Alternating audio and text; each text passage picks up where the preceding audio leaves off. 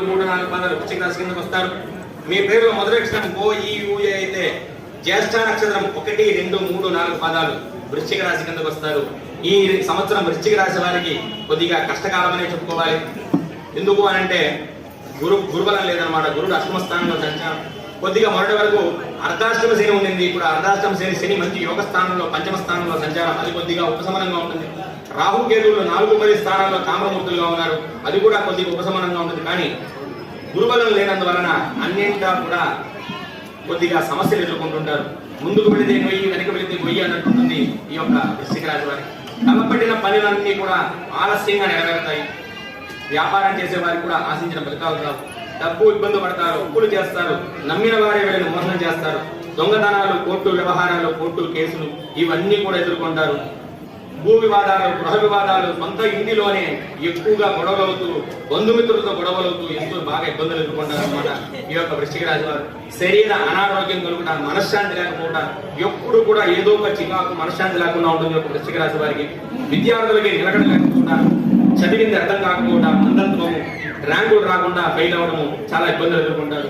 ఉద్యోగస్తులు కూడా అధికారుల వల్ల మాట పడడము, ఉద్యోగాలు పోవడము, అనుకున్న ఉద్యోగాలు రాకపోవడము, పని ఒత్తిడి ఎక్కువగా ఉంటుంది, మనశ్శాంతి లేకుండా ఉంటుంది. వ్యవసాయదారులకి ఏ పంట వేసినా కూడా కల్చరాలు, బాగా అప్పులు చేయవలసి వస్తుంది ఈ యొక్క వృశ్చిక రాశి వారు. వ్యాపారస్తులకి నూతన వ్యాపారాలు కల్చరాలు, పార్ట్నర్షిప్స్, షేర్ వ్యాపారాలు ఇవి ఏది కూడా కల్చరాలు, షేర్ మార్కెట్స్, రియల్ ఎస్టేట్ ఏది కూడా కల్చరాలు అనమాట.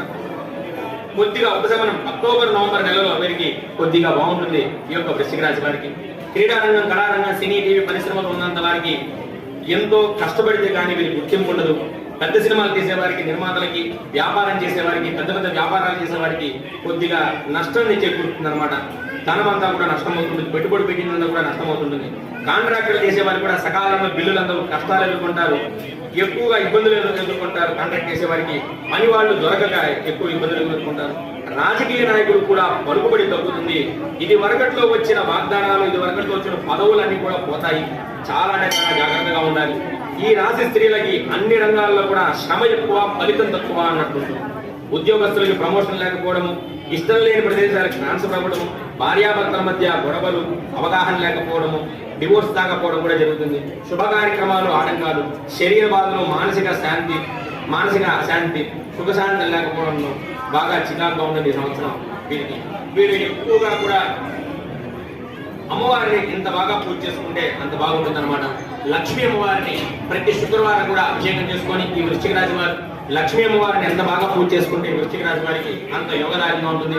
కుంకుమార్చన చేసుకోవడము, మంగళవారము, శుక్రవారము అమ్మవారి